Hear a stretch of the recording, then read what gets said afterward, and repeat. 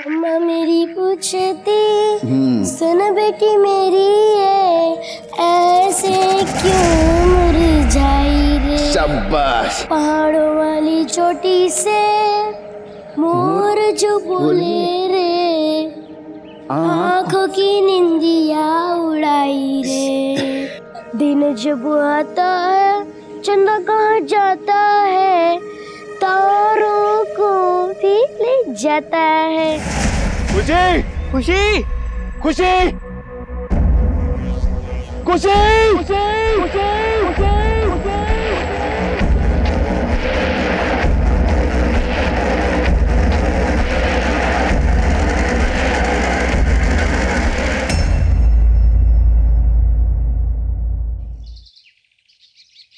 खुशी खुशी उठ जाओ, स्कूल के लिए देर हो रही है। छोटी अम्मी ऐसे नहीं उठेगी, वो अब्बू की लाडली है, उनसे ही उठेगी।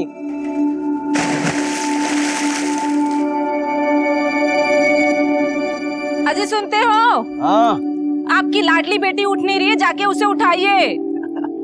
हाँ आता हूँ। जल्दी आइए, तो स्कूल के लिए देरी हो रही है। हाँ आया।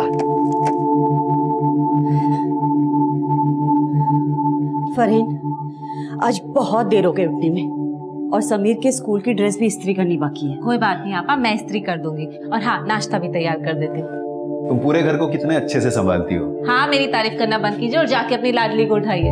जो हुकुम बेगम साहिबा। खुशी, ओ खुशी। अच्छा, हो। इसका मतलब खुशी की नींद खुल गई है पर आंखें नहीं खुली अब तक। अभी तुझे उठाने के लिए गुदगुदी को बुलाना पड़ेगा। ये लोग, गुदगुदी की ट्रेन आ गई, झुक झुक झुक झुक झुक झुक झुक दौड़ने लगी। अब्बू की प्यारी शहजादी, नाम जिसका। हाय अल्लाह, मैंने आपको इसको उठाने के लिए भेजा था या सुलाने के लिए? अरे वही कब। चलो खुशी उठ जाओ, देर हो रही है स्कूल के लिए। देखो फिर से इसका नाटक चालू हो गया। आप तो दोनों आंखें खोल दे मेरी माँ। चल उठो। अभी इस वाली आँख में थोड़ी नींद बच्ची है हमने। हाँ हंसो हंसो, जब इसकी शादी होगी ना तब आपसे पूछूंगी कि इसकी सास इसे गोद में बिठाती है या फिर चूल्हा चौका कराती है। अरे अगले 10-12 साल तक बाप बेटी की जोड़ी नहीं टूटने वाली, और जब इसका जोड़ीदार आएगा तब देख लेंगे। अरे जाओ जाओ भाई, जल्दी उठाओ, देर हो रही है स्कूल के लिए। अपनी अम्मी को इतना सताती क्यों तू?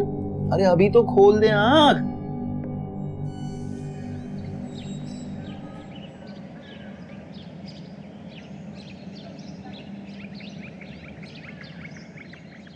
लगता है आज पैदल ही जाना पड़ेगा। पैदल? तब तो तुम्हारे लिए बहुत मुश्किल हो जाएगा। मेरे लिए? क्यों? क्योंकि आपको मुझे गोद में उठाना पड़ेगा। मैं अब्बू नहीं हूँ जो तुझे गोद में उठा फिरूंगा। चल चुपचाप।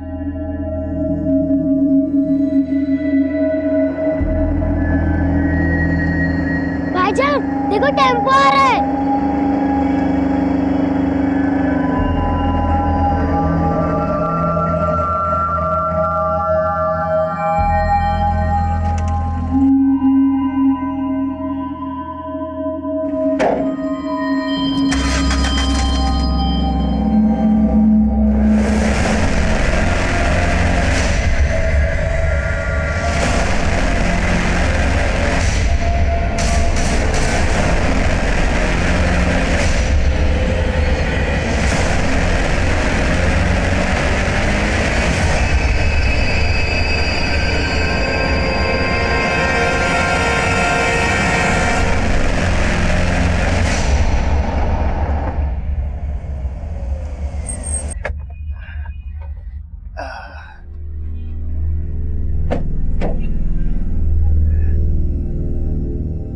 ध्यान से जाना। आप तो ऐसे बोल रहे हैं जैसे मैं पहली बार जा रही हूँ। रोज काम पर जाती हूँ। अल्लाह हाफिज। अल्लाह हाफिज।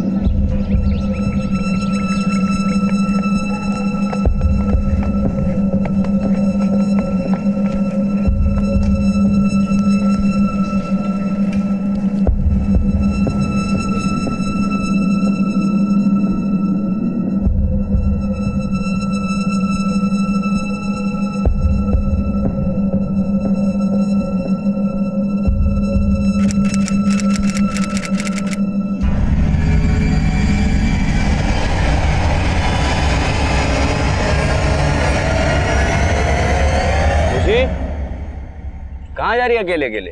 रेवत गाँव, मेरे दोस्त रोहित के घर, आज उसका जन्मदिन है। चल मैं तुझे गांव के छोर तक छोड़ देता हूँ, उसके बाद तू खुद चली जाना। अरे चिंता मत कर, पैसा नहीं मांगूंगा, आजा।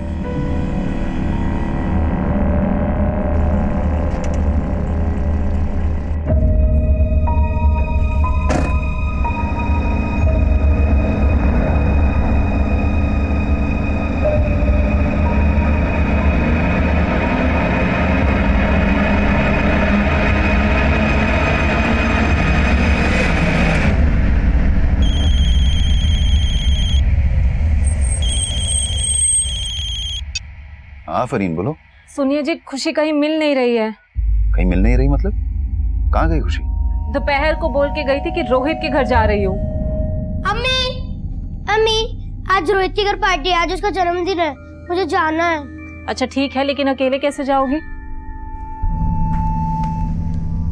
मुझे मत देख, आज मुझे अपने दोस्त के साथ बाहर जाना है। ज्यादा भाव मत खा भाईजान, मुझे रास्ता पता है, मैं अकेली जा सकती हूँ। नहीं नहीं खुशी, अकेले नहीं जाना। अम्मी प्लीज जान दो ना। नहीं खुशी। मेरी अच्छी अम्मी, मेरी प्यारी अम्मी, आप तो कितनी अच्छी ना, प्लीज जान दो ना। अच्छी अम्मी प्लीज। अच्छा मेरी माँ, 5 बजे तक घर आ जाना। लेकिन ठीक है, थैंक यू अम्मी। ये जब 5 बजे वो घर नहीं लौटी तो मैंने रोहित के घर फोन किया था, तो उसकी मम्मी बोली कि खुशी यहाँ आई नहीं। ठीक है तुम लोग उसे ढूंढो, मैं बस आता हूँ।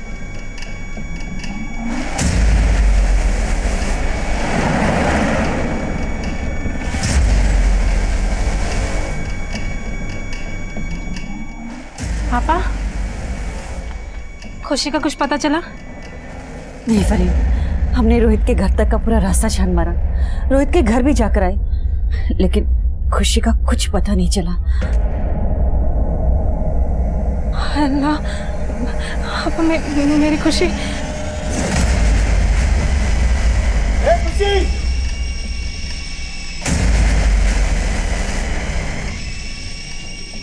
खुशी, खुशी, खुशी, खुशी, खुशी, खुशी, खुशी, खुशी, खुशी, ए खुशी, खुशी, खुशी, खुशी, खुशी, खुशी, खुशी, खुशी।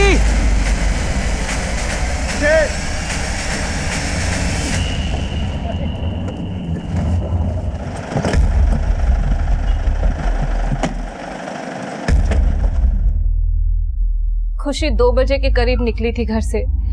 उस समय मैं और समीर घर पर ही थे। वैसे खुशी गई कहाँ थी? अपने दोस्त रोहित के घर, बोल रही थी उसकी बर्थडे पार्टी है, लेकिन मैंने रोहित के घर फोन किया तो उसकी मम्मी ने बोला कि खुशी यहाँ आई नहीं। हमने जंगल में भी जाकर उसे ढूंढा साहब, लेकिन हमें हमारी खुशी कहीं नहीं मिली। आप जल्दी कुछ कीजिए साहब, वो सिर्फ 9 साल की है और कल दोपहर से गायब है। गफूर, खुशी अगर रास्ता भटकती तो अब तक मिल जाती, शायद उसे किसी ने अगवा किया। क्या कोई ऐसा है जो ऐसी हरकत कर सकता है? किसी के साथ कोई दुश्मनी, कोई झगड़ा, किसी पे कोई शक?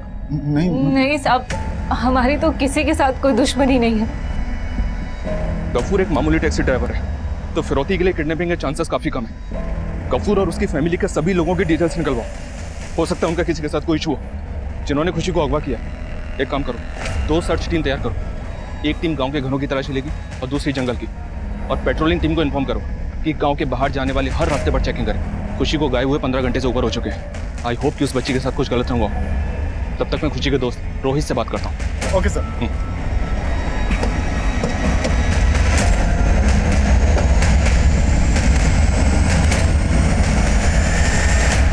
रोहित बेटा, क्या सच में कल खुशी तुम्हारे घर नहीं आई थी? नहीं अंकल, कल खुशी नहीं आई थी। उसने तो मुझे प्रॉमिस भी किया था कि वो पक्का आएगी। देखना, मैं बड़ी होके सिंगर बनूंगी। अच्छा तो आज मेरे बर्थडे पार्टी में तू ही सिंगिंग करना। ठीक है, पर मैं बर्थडे वाला गाना नहीं गाऊंगी, मैं मेरे अब्बू वाला गाना गाऊंगी। अम्मा मेरी पूछती है, सुन मेरी बेटी है। बस बस बस, अभी नहीं, शाम को बर्थडे पार्टी में गाना। ठीक है। मैंने बहुत मिस किया कल खुशी को, लेकिन वो आई ही नहीं। जब खुशी की बड़ी अम्मी नीलोफर आंटी आई थी, उनको भी मैंने यही बताया था।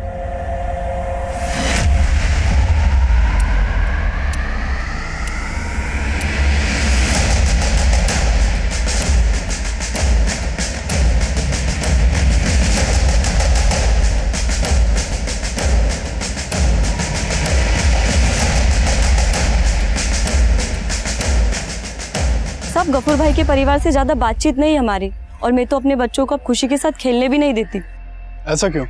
क्योंकि साहब उन्होंने 2-2 शादियां की है और दोनों बीवियों को एक साथ रखते हैं। कल को हमारे बच्चे हमसे पूछेंगे कि उनकी दूसरी अम्मी कहाँ है, तो बच्चों पे गलत असर पड़ेगा ना, इसलिए हम खुशी के साथ नहीं खेलने देते अब बच्चों को।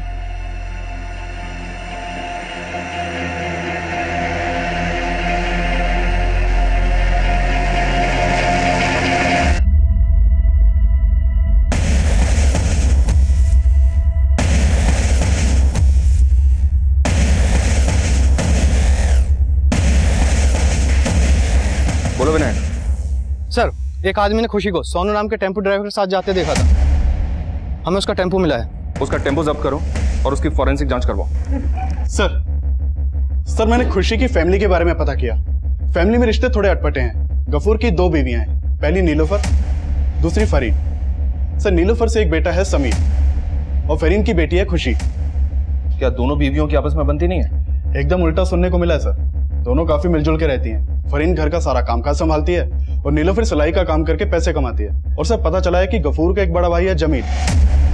सर, इन दोनों की आपस में बनती नहीं है। सर, गफूर की दूसरी शादी से उसका बड़ा भाई जमील काफी नाराज था।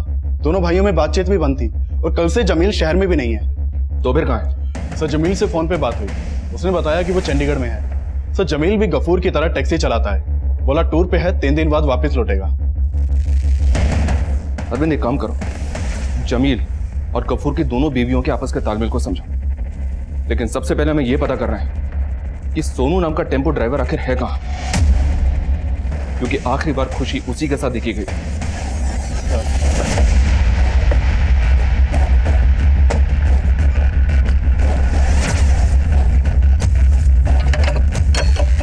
सोनू गायब है, मतलब पक्का उसने कुछ किया है। उसका फोन नंबर सर्वेलेंस पे डालो तुरंत।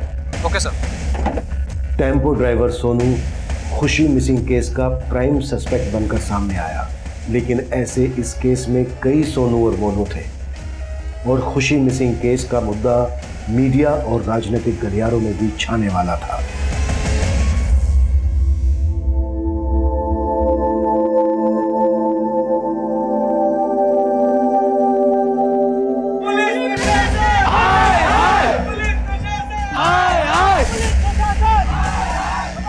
गुमशुदा खुशी को ढूंढने में पुलिस अब तक असफल है और जैसे कि आप मेरे पीछे देख रहे हैं, लोगों का आक्रोश बढ़ता ही जा रहा है। हमारी खुशी वापस लो।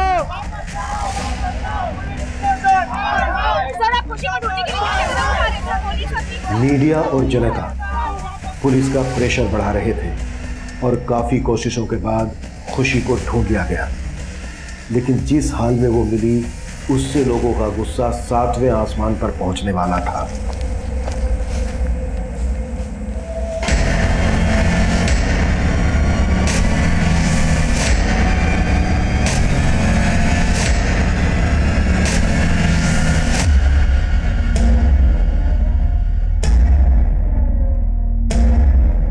ये आपकी बेटी खुशी ही है?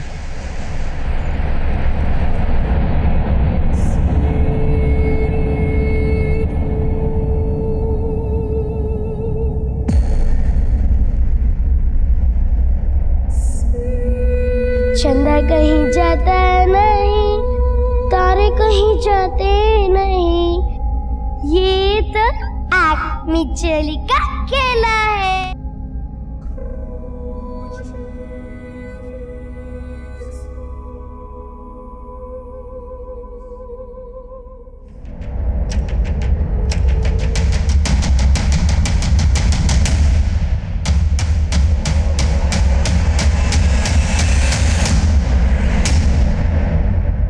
बहुत ही ब्रूटल मर्डर है सर। सिर्फ 9 साल की थी खुशी।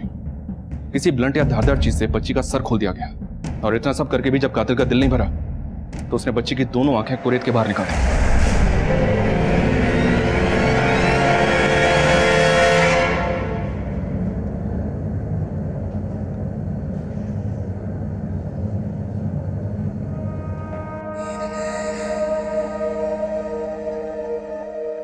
उसकी आंखें देखते ही सबको प्यार आ जाता था।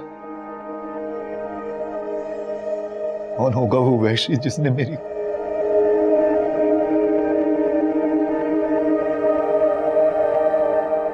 अम्मी, पानी पानी बहुत गर्म है, थोड़ा ठंडा पानी डालो ना। क्या खुशी, गुनगुना पानी तो है, ज्यादा ठंडे पानी से नहाओगी तो सर्दी लग जाएगी। पर अम्मी, इतने गर्म पानी से नहाऊंगी तो जल जाऊंगी। मेरी बच्ची तो गुनगुने पानी से बिगड़ती थी, उसे उन लोगों ने तेजाब से नहला दिया। जरा सा भी तरस नहीं आया उन्हें। खुशी जरूर किसी दुश्मनी का शिकार हुई है। वो टेम्पो ड्राइवर सोनू, जो खुशी की हत्या के बाद से अपना मोबाइल फोन बंद करके गायब है, उसका कोई मोटिव? सोनू पहले भी चोरी के केस में अंदर हो चुका है, पर उसका कोई मोटिव दिखाई नहीं दे रहा सर, क्योंकि खुशी के पिता सोनू को जानते तक नहीं। सोनू के टेम्पो की फॉरेंसिक जांच की, पर उसमें कोई एविडेंस नहीं मिला, और ना ही क्राइम सीन पर कोई मर्डर वेपन या ऐसा कुछ मिला जो कातिल के अगेंस्ट एविडेंस बन सके। खुशी की पोस्टमार्टम रिपोर्ट नहीं आई अभी तक। वाई? प्रेशर बढ़ाओ। प्राइमा फेसी में तो ये लग रहा है कि खुशी का मर्डर बदला लेने के लिए किया गया है। खुशी के फादर सोनू को नहीं जानते, पर हो सकता है उनका कोई दुश्मन सोनू को जानता हो। लेकिन सर गफूर के मुताबिक उसकी किसी से कोई दुश्मनी नहीं थी। बदले का गोश्त ठंडा करके खाया जाता है ओमकार, शायद कोई बहुत पुरानी दुश्मनी हो सकता है सर। गफूर की उसके बड़े भाई जमील से बिल्कुल नहीं बनती थी, इस बात को पूरा गांव जानता है। जमील? बुलाओ जमील को, शुरुआत उसी से करते हैं। साहब, आपको लगता है उस बच्ची के साथ मैंने किया ये सब, अपनी भतीजी के साथ? कभी भतीजी माना था उसे? आपका अपने भाई गफूर के साथ क्या फसाद है? हमारे फसाद की जड़ है गफूर की दूसरी बीवी फरहीन। 10 साल हो गए साहब, उसने जो कुछ किया भूला नहीं हूं मैं। हम पहाड़ी हैं साहब, और वो फरहीन, उसकी तो जात का भी पता नहीं है किसी को। उसने गफूर को फुसलाकर उससे शादी कर ली, और ना जाने क्या जादू किया, गफूर की पहली बीवी नीलोफर और उसके बेटे समीर को भी अपने साथ कर लिया। वो हमारे कुनबे के लायक नहीं थी, नस्ल खराब करके रख दी हमारी। मतलब माँ की रंजिश बेटी से निकाली, सर खोल दिया उसका, आंखें नोच डाली। इतनी नफरत भरी है तुम्हारे अंदर? साहब, ये आप मुझ पर गलत इल्जाम लगा रहे हैं। मैं तो उस वक्त यहाँ था भी नहीं। और अब कहीं जाना भी मत, यहीं गांव में रहना, नहीं तो अगला टूर जेल का करोगे, समझे? निकलो अब।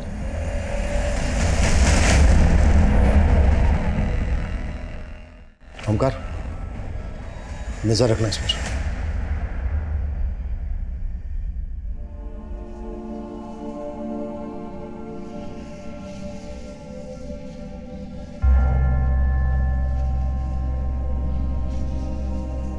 खुशी, एक, अरे कहाँ गई ये लड़की?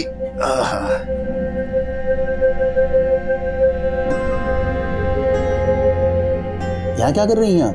भूत से छुप रहे हो, यहाँ एक बच्चा भूत है। अरे भूत कुछ नहीं होता। उस बच्चे के भूत को भी उसके अब्बू यही कहते होंगे ना कि इंसान कुछ नहीं होता।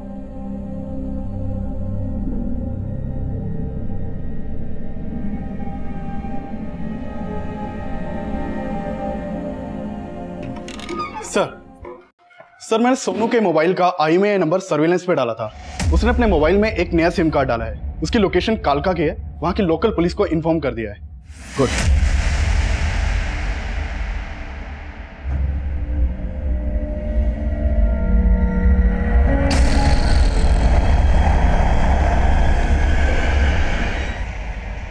साहब, मैंने कुछ नहीं किया साहब।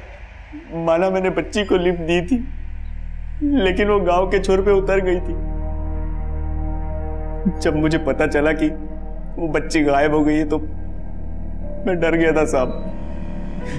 मुझे लगा सब मुझ पे शक करेंगे, क्योंकि मैं पहले भी जेल जा चुका हूं और खुशी को आखिरी बार मेरे साथ देखा गया था, इसलिए डर के भाग गया था साहब। सोनू अपने बयान पर कायम था और हम जमील और सोनू का आपसी कनेक्शन पता कर रहे थे। खुशी के पेरेंट्स से मिलने से पहले मैं क्राइम सीन को फिर से स्कैन करना चाहता था।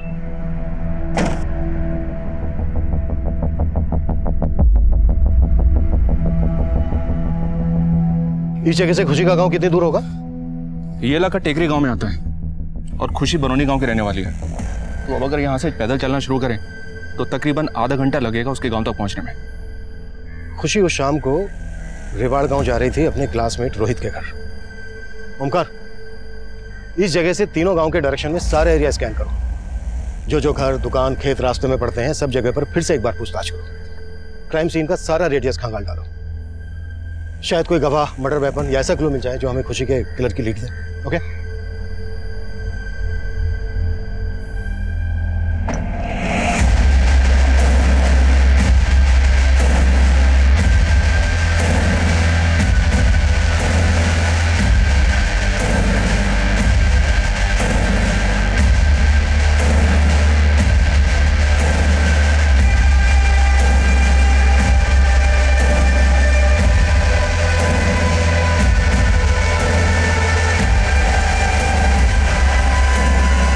मैं जानता हूं पहले भी ये सवाल आपसे कई बार पूछा गया होगा। आपकी किसी के साथ कोई दुश्मनी है जो खुशी के साथ हुई इस बेरहमी की वजह बनी हो?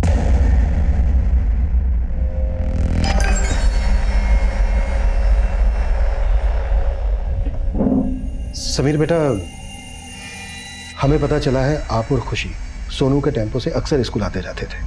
कभी सोनू की कोई बात आपको बुरी लगी हो, उसकी कोई हरकत जो आपको ठीक ना लगी हो, या स्कूल आते जाते कोई भी ऐसा इंसान जिसकी आपको कोई भी बात बुरी लगी हो, कुछ ठीक ना लगा हो? समीर बेटा, आप मुझे बताइए, कौन है वो, क्या नाम है उनका?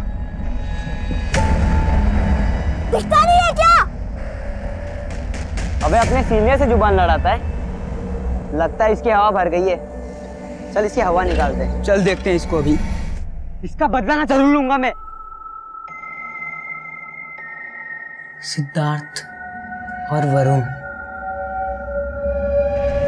सिद्धार्थ, वरुण, नो डाउट तुम्हारी उम्र में गलतियां हो जाती हैं, सबसे होती हैं, पर खुशी के साथ जो हुआ वो गुनाह है। अगर तुम लोग कुछ भी इस बारे में जानते हो, कुछ भी, तो बेटा ये सही वक्त है बताने का। सर हम मानते हैं उस दिन हमारा झगड़ा हुआ था, लेकिन हमने खुशी का कुछ भी नहीं किया। सर बच्चे हैं ये, शरारत में किसी के साथ हाथापाई कर सकते हैं, लेकिन आप लोग सोच रहे हैं किसी का मर्डर किया है इन्होंने, और वो भी इतनी बुरी तरह से। ये क्या बोल रहे हैं सर आप?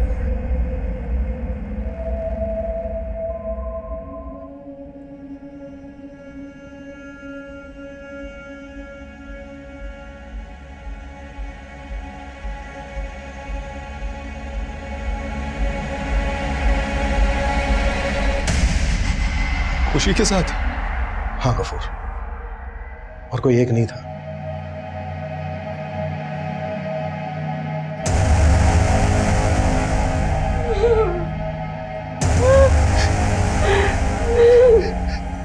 गफूर, क्या अभी भी आपको किसी पर शक नहीं है? देखो जो खुशी के साथ हुआ वो आप कुछ बोलते क्यों नहीं? सब कुछ बताइए ना इन्हें। वो आपका भाई है तो क्या हुआ, बताइए इन्हें। आपको इनके भाई जमील पर शक है? मैंने कुछ नहीं किया साहब, मैंने कुछ नहीं किया साहब, मैंने कुछ नहीं, मैंने कुछ नहीं किया साहब, मैंने कुछ नहीं किया साहब। साहब मैं तो शहर में भी नहीं था साहब। तू शहर में नहीं था तो तूने सोनू से करवाया होगा। अब तू ये बोल, सोनू के साथ कौन कौन मोनू थे? मैं किसी सोनू मोनू को नहीं जानता साहब। माना तू जमील को नहीं जानता, लेकिन एक बच्ची पर गंदी नियत थी तेरी। अपने गुनाह को छिपाने के लिए ही इतनी बुरी तरह से मारा तूने उसको, है ना? मैंने कुछ नहीं किया साहब। अगर मुझे दुश्मनी निकालनी होती तो मैं फरीन से निकालता साहब, जिसने मुझे मेरे भाई से अलग कर दिया साहब। मेरे भाई से अलग कर दिया। तेरे कहने का मतलब यह है कि तू फरीन कर सकता था। अगर तू फरीन कर सकता था तो फिर उसकी बेटी का क्यों नहीं? नहीं साहब, मैंने ऐसा कुछ नहीं किया साहब। जी यकीन मानिए, मैंने कुछ नहीं किया साहब। खुशी की बॉडी पर एसिड इसलिए डाला गया होगा ताकि सीमेंट डिस्ट्रॉय हो जाए, लेकिन फिर भी खुशी की बॉडी पर सीमेंट के ट्रेसेस मिले, वो भी एक नहीं, तीन लोगों। इन दोनों का डीएनए ले लो, अगर किसी एक का भी मैच हुआ तो बाकी दो तक पहुंचना आसान होगा। हम अपने शक की पुष्टि करने के लिए किसी को भी नहीं छोड़ रहे थे, और क्राइम सीन के पास की गई छानबीन और पूछताछ भी धीरे धीरे रंग ला रही थी।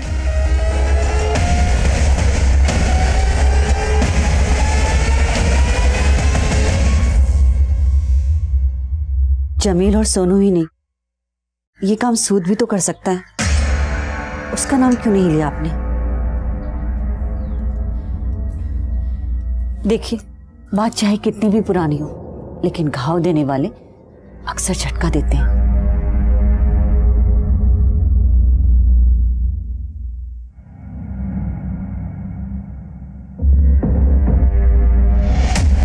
ये ब्रेसलेट क्राइम सीन से 200 मीटर की दूरी पर मिला है।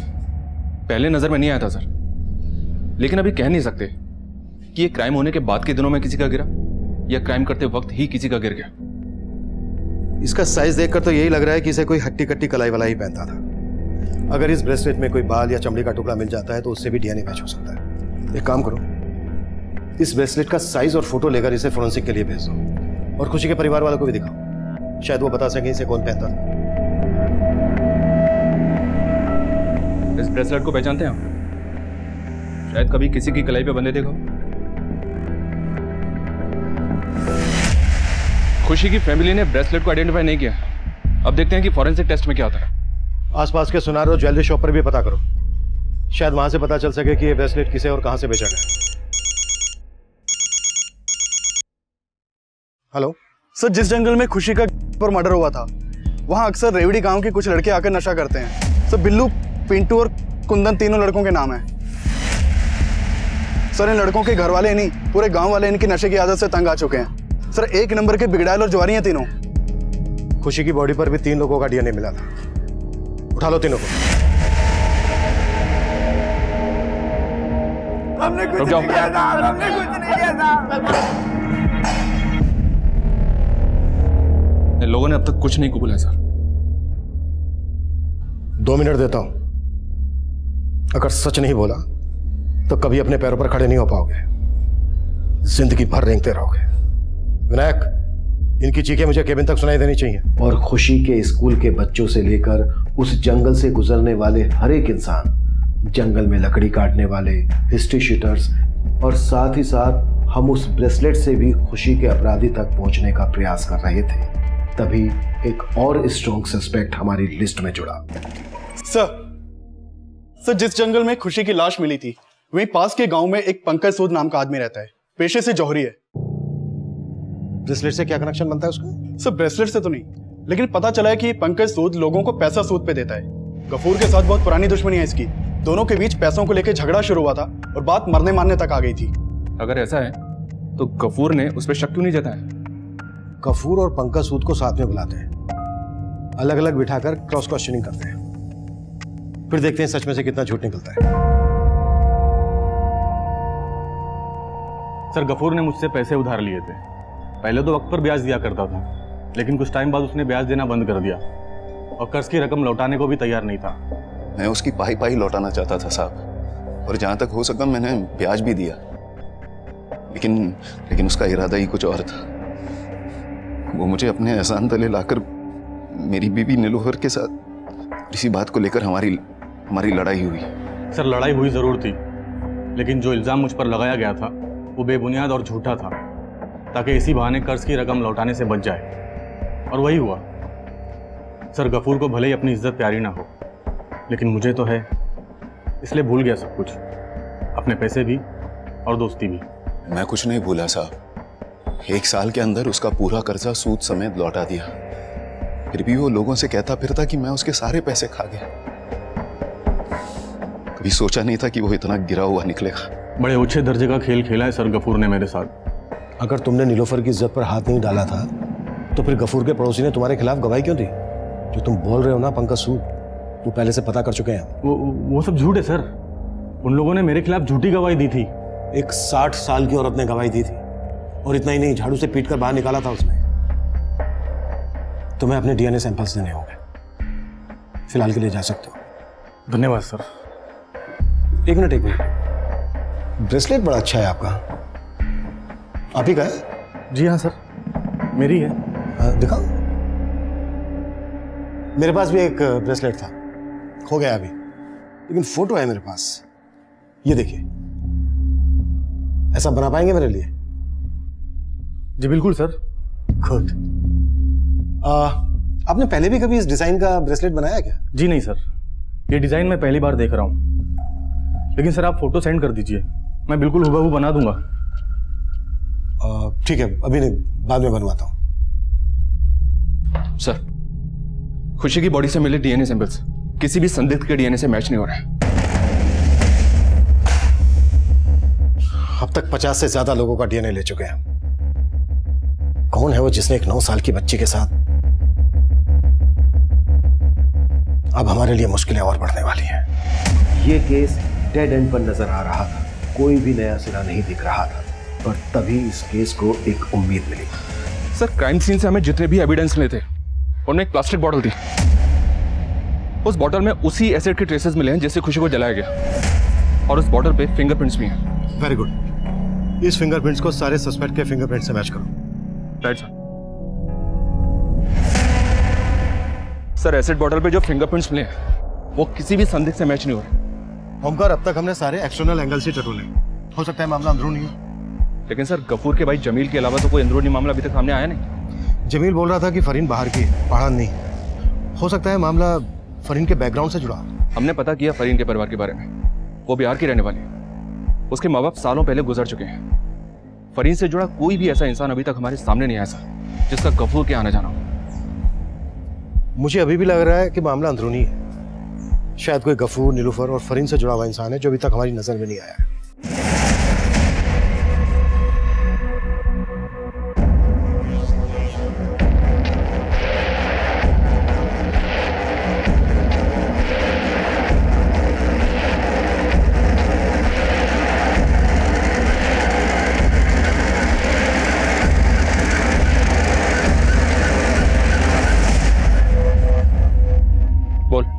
परिवार में कुछ गड़बड़ नजर नहीं आया? हाँ, गफूर और नीलोफर का बेटा समीर थोड़ी गलत संगत में। उसके कुछ आवारा दोस्त है जिनके साथ वो मटर गश्ती करता है। नीलोफर और फरीन के बीच घर में? क्या नीलोफर जहाँ सिलाई का काम करती है वहां से कुछ? ना ही पड़ोसी ने कुछ बोला, ना ही उन लोगों ने जहाँ नीलोफर काम करती है। फिर भी चांस लेते हैं। पूरे परिवार के फिंगरप्रिंट्स और डीएनए सैंपल्स ले लो। जैसा कि खबरी ने बताया था कि समीर के कुछ आवारा दोस्त भी हैं, समीर के साथ उनके भी फिंगरप्रिंट्स लो। तो कैसे देखते हैं निशाने पर बैठता है क्या। सर, समीर भाई है खुशी का, वो अपनी बहन के साथ ऐसा करेगा? गफूर, हम सिर्फ अपना काम करें, और समीर के नहीं बल्कि तुम्हारे और बाकी सभी लोगों के फिंगरप्रिंट्स भी हम लेंगे, समझे?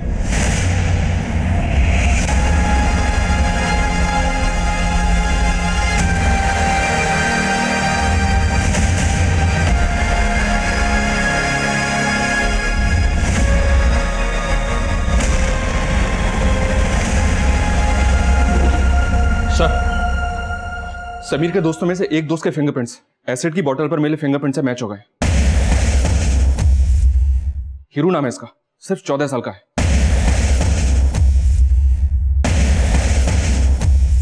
ये हीरू भले ही 14 साल का है, माइनर के आड़ में बचना नहीं चाहिए। उठा लो इसे। सवाल इससे होंगे, जवाब भी ये देगा। अगर बीच में कुछ बोले तो सीधा बाहर बैठा दूंगा। सर, मैंने कुछ नहीं किया। मैंने तो अभी तक कुछ पूछा ही नहीं है। पहला सवाल, एसिड कहां से लेकर आया? एसिड? वही एसिड जो खुशी की बॉडी पर डालकर उसे जलाया गया। एसिड की बोतल पर तेरी उंगलियों के निशान मिले हैं। ये तो बेटा सोचना ही मत कि नाबालिग होने की वजह से तू बच जाएगा। और कौन कौन थे तेरे साथ? सर, हमने कुछ नहीं किया, कसम से सर। सर, हमने कुछ नहीं किया है सर। सर, मेरी बहन थी वो, उसके साथ ऐसे कैसे करूंगा? वैसे केस सोल्व हो चुका है तुम लोगों के एक दोस्त की वजह से। विनायक, लेकर आओ।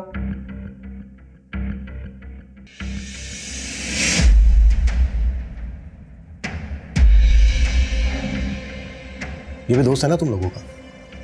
सब बता दिया इसने हमें। देखो, तुम्हारे डीएनए सैंपल्स तो हैं ही हमारे पास, जो खुशी की बॉडी पर मिले डीएनए से मैच होते हैं। तुम नहीं बोलोगे तो तुम्हारा डीएनए बोलेगा। सजा तो तुम्हें होगी। हाँ, कन्फेशन कर लोगे तो शायद सजा में थोड़ी सी रियायत हो जाए। मर्जी तुम्हारी है, बोलो क्या करना है।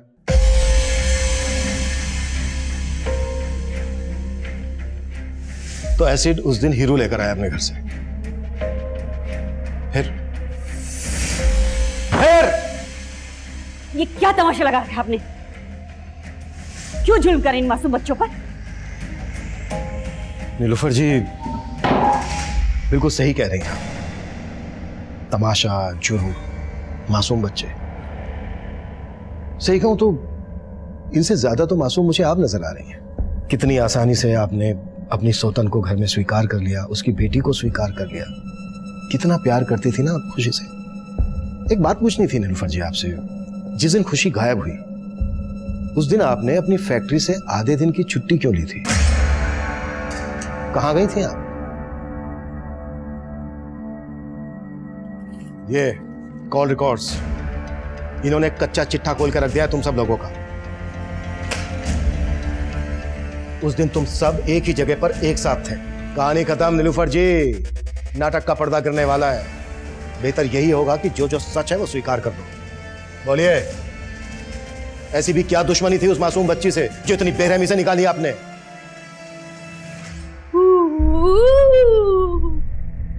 खुशी, वो लड़की फूटी आंख नहीं भाती थी मुझे। और जब से गफूर ने दूसरी शादी की तो अपने घर में पराए हो गए थे हम लोग। और जब खुशी पैदा हुई तो गफूर का सारा प्यार उस माँ और बेटी तक ही रह गया था। तुम पूरे घर को कितने अच्छे से संभालती हो। मेरी तारीफ करना बंद कीजिए और जाके लाडली को संभालिए, उठाइए। फरीन, गफूर की दूसरी बीबी, वो तो घर की मालकिन ही बन गई। मैं चाहती थी कि जैसे उसने मेरा घर उजाड़ा है मैं भी उसका घर उजाड़ूं। इसलिए मैंने खुशी को खत्म करने का सोचा, ताकि उसे पता चले कि जब किसी की प्यारी चीज छीन ली जाए तो उसे कैसा लगता है। हम लोग कब से मौके की तलाश में थे और उस दिन मौका मिल गया। थैंक यू अम्मी। ये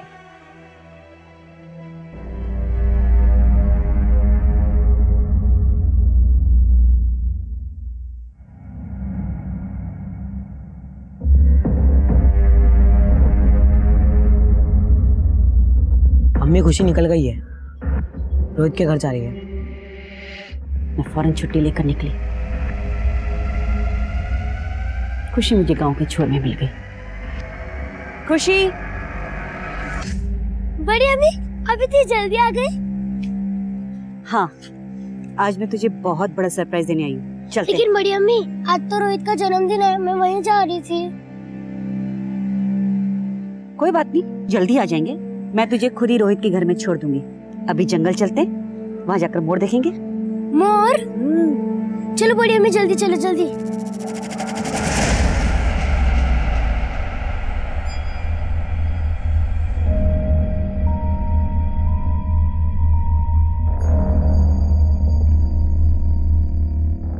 और फिर समीर वहां अपने दोस्तों के साथ आया।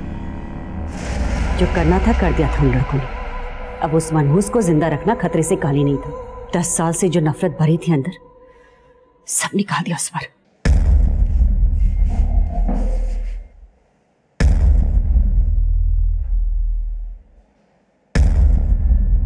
तेरे दिल में अगर इतनी नफरत थी तो मुझे मार देती। मेरी खुशी को क्यों मारा?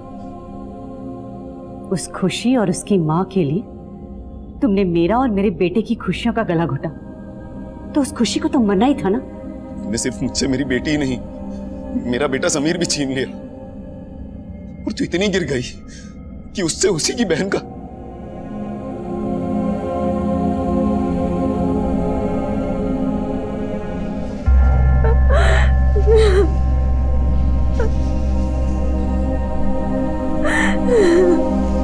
क्राइम सीन पर जो हमें ब्रेसलेट मिला था वो 28 वर्षीय मुन्ना का था। 19 वर्षीय नौसाद ने खुशी की आंखें कुरेद कर निकाली थी। 14 वर्षीय हीरू ने खुशी की बॉडी पर एसिड डाला और 14 ही वर्षीय खुशी के भाई समीर ने इन सब के साथ मिलकर अपनी बहन किया था। और इस अमानवीय अपराध को शह दी थी नीलोफर ने, जो खुशी की सौतेली मां थी। भला एक मां का, एक स्त्री का स्तर इतना नीचे कैसे गिर सकता है कि वो अपने ही बेटे से एक बच्ची, जो उसके बेटे की सौतेली बहन भी है, उसको करवाए। पर यह सच कल्पना से परे है। यह हकीकत है कि हमारे समाज में आजकल ऐसे अपराध हो रहे हैं जो हमें सोचने पर मजबूर कर रहे हैं कि इंसान का स्तर आजकल कितना नीचे गिरता जा रहा है। ऐसी विकृत सोच को रोकने के लिए एक जिम्मेदार विचार की जरूरत है, और ऐसी विकृत सोच रखने वालों से बचने के लिए क्या किया जाए, इसका हल हम सबको मिलकर ढूंढना होगा। शायद गफूर इसका हल बहुत पहले ढूंढ सकता था। उसने अपनी पहली पत्नी नीलूफर और उसके बेटे समीर के बर्ताव में कभी ना कभी कोई ना कोई ऐसी दस्तक जरूर महसूस की होगी, पर वो समझ ही नहीं पाया कि घात लगाने वाले उसके घर में ही मौजूद थे। अब मैं एसीपी अभिमन्यु जिंदल आपसे विदा लेता हूं। आपसे फिर मुलाकात होगी एक नए केस के साथ। Crime petrol Dastak. मकसद बताना नहीं, बचाना है।